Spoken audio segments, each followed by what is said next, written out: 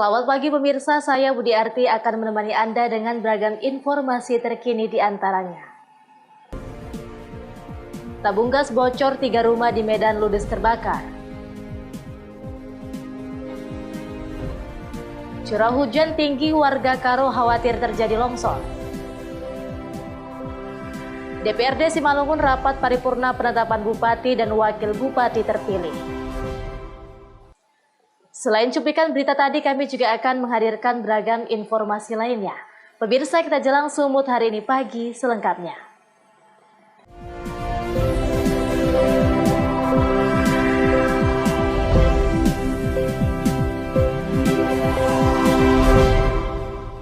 Kita ke informasi pertama, pemirsa. 3 unit rumah warga di Jalan Sisingamangaraja, Gang Sahata, Kota Medan, Rabu siang ludes terbakar. Api diduga berasal dari tabung gas yang bocor dan langsung meledak dari salah satu dapur rumah.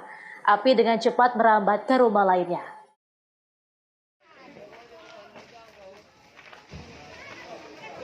Kebakaran berawal dari bocornya tabung gas dan mengeluarkan percikan api hingga meledak dari salah satu rumah warga di kawasan Jalan Sisingamangaraja, Gang Sahata, Kota Medan. Api dengan cepat langsung menyambar seluruh bangunan hingga ke bangunan lainnya di sebelahnya. Warga yang berada di lokasi berusaha memadamkan kobaran api yang terus membesar dan mengeluarkan asap hitam. Mencegah api agar tidak merembet ke bangunan lainnya, warga terpaksa membongkar satu bangunan rumah dan menyelamatkan barang berharga serta perabotan dari kobaran api. Pemilik rumah histeris melihat tempat tinggalnya sudah rata dengan tanah. Sebanyak 8 mobil pemadam kebakaran dari Pemko Medan dikerahkan untuk memadamkan kobaran api. Sulitnya akses ke dalam gang membuat petugas membutuhkan waktu lama untuk memadamkan api. Boleh tahu Bang, ada berapa rumah nih yang terbakar nih Bang? 3 pintu ya Bang? Bang, kalau boleh tahu penyebabnya apa nih Bang yang kamu tahu? Kabar dengar cerita gasnya meledak katanya, nggak tahu lah sebenarnya penyebabnya kan pasti tanya aja lah sama orang yang pemilik rumah langsung. Gasnya meledak dari informasi warga ya Bang ya? Iya. Bang, tadi abang lihat Bang ada korban jiwa nggak Bang? Ada yang terbakar? Nggak ada ya Bang ya? Karena sudah terbakar, udah diselamatkan dulu anak-anaknya sebelum kejadian kayak gini. Pemilik rumah tadi di dalam rumah nih keadaannya? Atau memang pasti tinggal? Sini tinggal. Oh, jadi dia di dalam tapi... Informasi itu kebakaran ada 2 rumah lah, 2 pintu karena dibagi 2. Jadi masalah penyebabnya kita kurang tahu, masih penyelidikan yang berwajib. Oh, armada yang kita turunkan ada 8 armada kemarin kita turunkan. Ada 8 armada ya Bang ya? 8 armada. Untuk korban jiwa dan ini belum ada. Belum ada Bang ya? Tapi penyebab pastinya belum tahu ya Bang ya? Belum tahu, kita masih penyelidikan.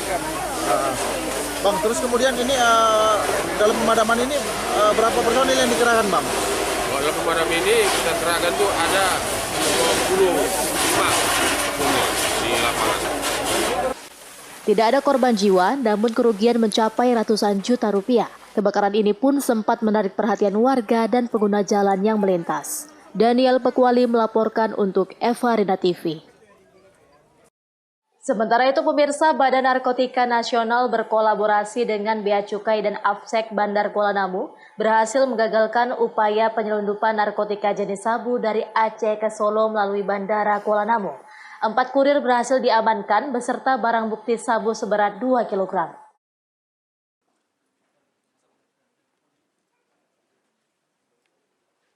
Empat kurir sabu asal Aceh ini ditangkap petugas gabungan di Bandara Kuala Namu Deli Serdang pada 22 Januari kemarin. Mereka dibekuk setelah Badan Narkotika Nasional Provinsi Sumatera Utara memperoleh informasi adanya upaya penyelundupan narkotika ke Solo, Jawa Tengah. BNN kemudian berkoordinasi dengan Bea Cukai dan Afsek Bandara Kuala Namu untuk mengidentifikasi 4 orang tersebut. Mereka kemudian dibekuk satu persatu usai menjalani pemeriksaan di pintu metal detector di bandara. Dalam melancarkan aksinya, para pelaku berupaya mengelabui petugas dengan menyembunyikan barang haram tersebut di dalam sepatu yang mereka kenakan. Modus ini dinilai efektif karena petugas bandara jarang memeriksa sepatu yang dikenakan calon penumpang pesawat. Bahkan salah seorang kurir yang dibekuk telah 2 kali lolos menyelundupkan sabu ke luar provinsi, yakni ke Palu, Sulawesi Tengah, Makassar, dan Sulawesi Selatan. Modus menyembunyikan sabu dalam sepatu ini merupakan kasus ketiga yang diungkap di Sumatera Utara dalam sebulan terakhir. Sebelumnya Polda Sumatera Utara dan Polrestabes Medan telah mengungkap kasus dengan modus yang sama, masing-masing pada 3 dan 1 pekan lalu. Rekan dari jurnalis, jadi pengungkapan kasus ini berawal dari ada informasi dari masyarakat ke BNNP bahwa ada 4 orang transporter atau kurir akan membawa narkotika dari Bandara Kuala Namu menuju ke Solo dengan transit Jakarta untuk tanggal 22. Sehingga kami langsung berkoordinasi dengan Bea Cukai untuk melihat manifest dari daftar penumpang tersebut. Dan selanjutnya juga kita koordinasi dengan APSEC yang masalah keamanan di Bandara Kuala Namu. Kita cek ternyata memang data yang 4 ini akan berangkat pesawat Citylink jam 20 kalau nggak salah. Nah, sehingga sebelum itu kita lakukan pemeriksaan di itu masuk X-ray, ternyata di sepatunya kita temukanlah ada 8 bungkus ya narkotika jenis sabu lebih kurang seberat 2 kg dengan tersangka 4 orang. Membawa ke Solo ini baru pertama ini atau sudah keterangan? Kalau saat ini yang tadi kita jelaskan salah satu dari 4 orang tadi ada sudah melakukan 3 kali, ada yang ke Solo, kemudian ada ke Makassar, tanggal 19 kemarin juga ada ke Makassar mengantar. Yang tadi yang lainnya itu ada yang baru sekali. Semuanya itu dari Bandara Kuala Namu? Ya, mereka rata-rata masyarakat dari Aceh yang bawa. Jadi penduduk dari Aceh langsung, kelihatan dari bahasanya totok masih bahasa Aceh. Adapun dalam upaya menyelundupkan barang haram tersebut, masing-masing orang membawa sekitar 500 gram sabu. Mereka diupah sebesar 14 juta rupiah untuk 1 kali pengiriman. Ke sana kamu dikasih berapa? Berapa? 14 juta, itu pegang. Jadi dapat 14 juta sekali jalan. Itu bersih, uang tiketnya beda. Tiket lain itu sama uang jalan, Pak. Oh, jalan. Waktu itu bawa berapa kilo? Sama juga. Berapa orang? 2 orang. 2 orang, bawanya 500 gram per orang. Ya, ya. Nah, kamu udah berapa kali melakukan? Aku Ya, 2 kali. 2 kali. Yang pertama kemana? Yang pertama sebelum Corona, setahun sebelum Corona ke Palu. Ke Palu kena, bawa berapa? Sama juga, 500 gram. Terus yang nyuruh kamu bawa di Aceh siapa namanya? CD itu. Tahu rumahnya? Kalau aku rumahnya nggak tahu. Tahu ya. Selain menyita barang bukti sabu 2 kg, petugas gabungan juga mengamankan barang bukti lain berupa 4 pasang sepatu, ponsel, dompet, tas dan koper milik pelaku. Petugas juga akan memperketat pengawasan karena modus menyembunyikan sabu dalam sepatu merupakan cara lama yang kembali marak digunakan para sindikat narkotika lintas daerah. Daniel Pekwali melaporkan untuk Eva Rena TV. Informasi berikutnya, pemirsa, 2 pelaku pencurian sepeda motor yang sudah berulang kali beraksi terpaksa ditembak petugas karena menyerang saat akan ditangkap. Dari catatan kepolisian, kedua pelaku sudah 5 kali beraksi di sejumlah tempat di Kota Medan. Unit Reskrim Polsek Patumbak menangkap 2 pelaku curanmor yang diketahui berinisial RA dan MK. Keduanya ditembak polisi karena berupaya menyerang petugas saat akan ditangkap. Kedua pelaku diringkus di tempat persembunyiannya usai tercatat sebagai pelaku pencurian sepeda motor yang dilakukan di sejumlah tempat di Kota Medan. Dari catatan polisi, kedua pelaku sedikitnya sudah beraksi di 5 lokasi berbeda. 3 diantaranya dilakukan di luar kawasan Patumbak. Dalam setiap aksinya, para pelaku hanya bermodalkan kunci letter T yang digunakan untuk merusak kunci kontak sepeda motor korbannya. Pelaku juga kerap mengincar sepeda motor korban yang diparkirkan di tempat yang minim akan penjagaan dan tidak dilengkapi dengan kunci pengaman tambahan. Kapolsek Patumbak Komisaris Polisi Arvin Fahreza menyebut, dalam kasus ini selain 2 pelaku, terdapat 1 pelaku lain yang saat ini masuk dalam daftar pencarian pihak kepolisian. Ya, terhadap sepeda motor atau dalam hal ini adalah kasus curanmor. Dalam hal ini juga kami sampaikan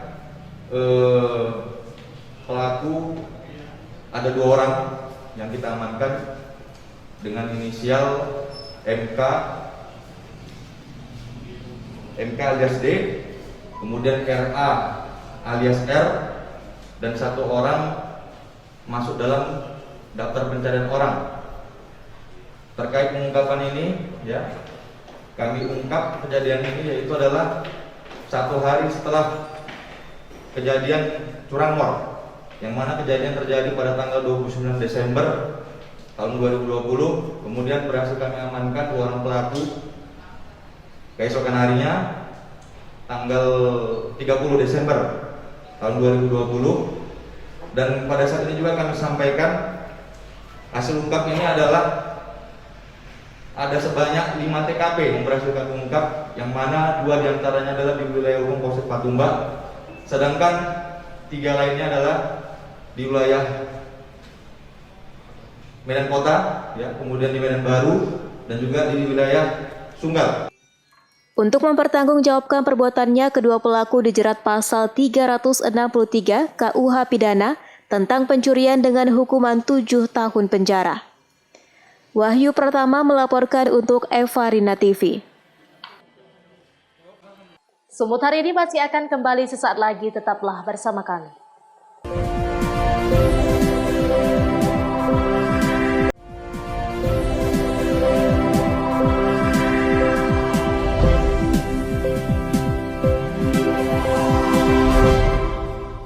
Terima kasih Anda masih bersama kami. Pemirsa, curah hujan tinggi menyebabkan tanah bagian halaman rumah warga di Kabupaten Karo amblas. Warga terancam akan bahaya longsor yang sewaktu-waktu dapat terjadi. Atas kejadian ini, warga berharap bantuan pemerintah Kabupaten Karo untuk mengantisipasi longsor.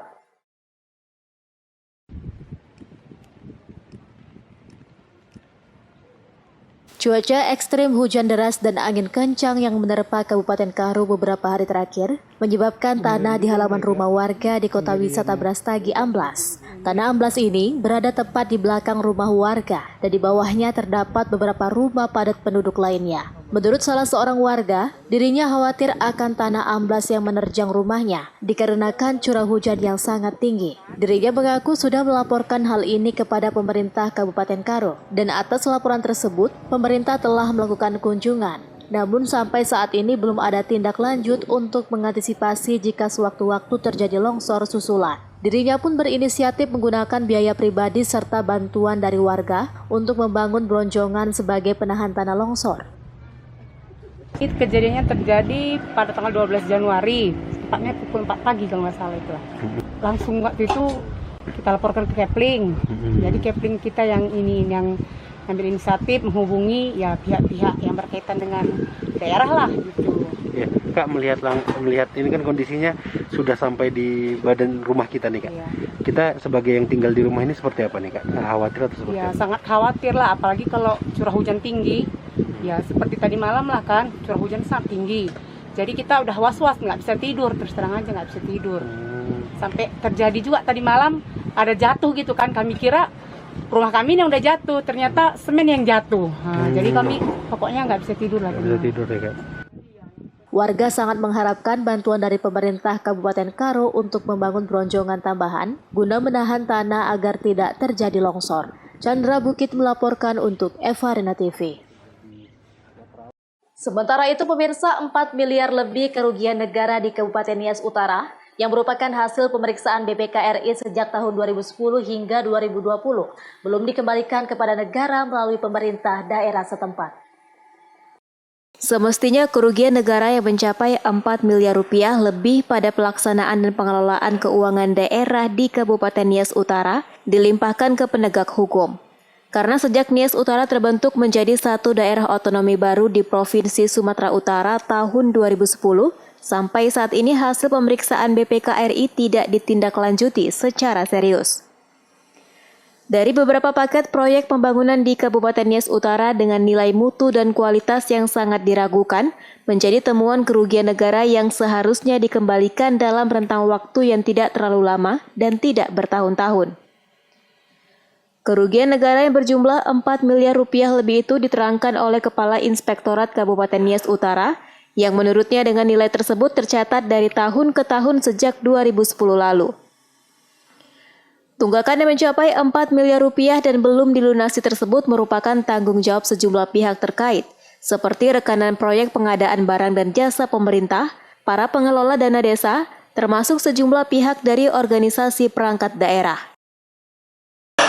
Secara keseluruhan dari tahun ke tahun barangkali tidak bisa kami urai, tapi sepengetahuan kami ada sekitar 4 miliaran lagi ya kerugian daerah yang belum dikembalikan sejak tahun 2010 kemarin, sejak berdirinya Kabupaten Ostara.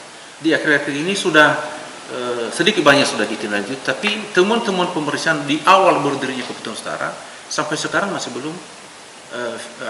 belum selesai ditindaklanjuti. Jadi ya sesuai dengan ketentuan yang saya jelaskan tadi, bahwa apabila itu sudah melalui proses sidang Majelis TPTBR terkait dengan temuan-temuan yang tidak ditindaklanjuti oleh para pihak, maka itu bisa kita limpahkan ke aparat penegak hukum.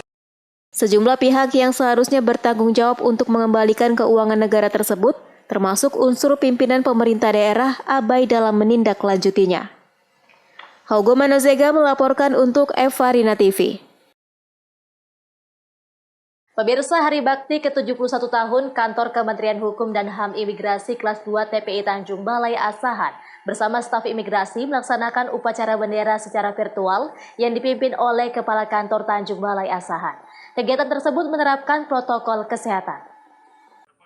Kantor Kementerian Hukum dan HAM Imigrasi Kelas 2 TPI Tanjung Balai Asahan, Sumatera Utara menggelar upacara secara virtual dalam rangka Hari Bakti Imigrasi ke-71 tahun yang jatuh pada 26 Januari 2021.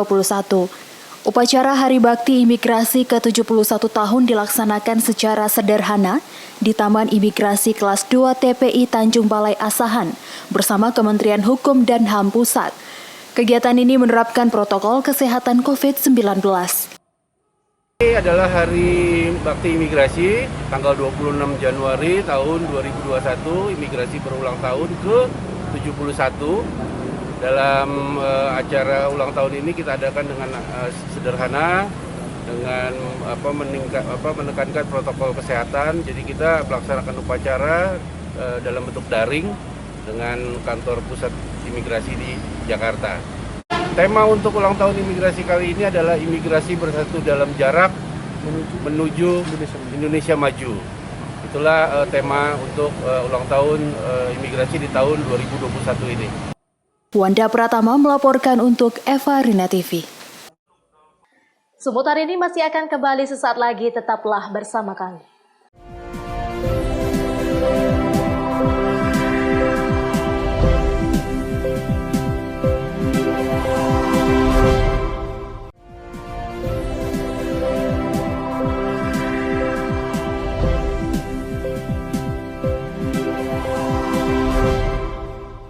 Terima kasih Anda masih bersama kami. Pemirsa, Dewan Perwakilan Rakyat Daerah Kabupaten Simalungun, Sumatera Utara menetapkan Bupati dan Wakil Bupati terpilih periode 2021-2024, pasangan Radiapo Hasiolan Sinaga dan Zoni Waldi. Penetapan ini digelar dalam rapat paripurna berdasarkan surat Gubernur Sumatera Utara dan surat keputusan KPU Kabupaten Simalungun.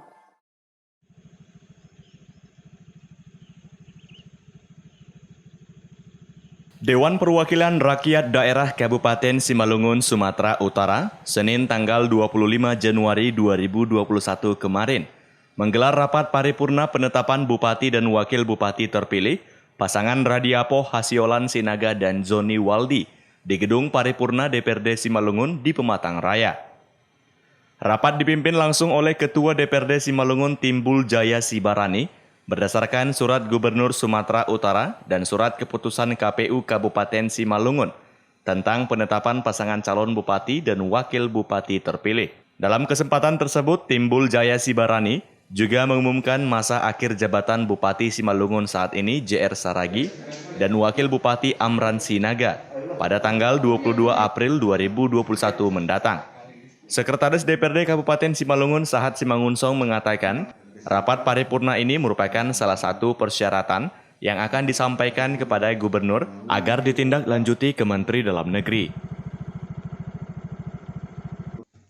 Menyangkut tentang penetapan sidang pleno Komisi Pemilihan Umum Kabupaten Simalungun yang dilaksanakan pada tanggal 20 Januari 2021 adalah merupakan penetapan Bupati dan Wakil Bupati terpilih Kabupaten Simalungun.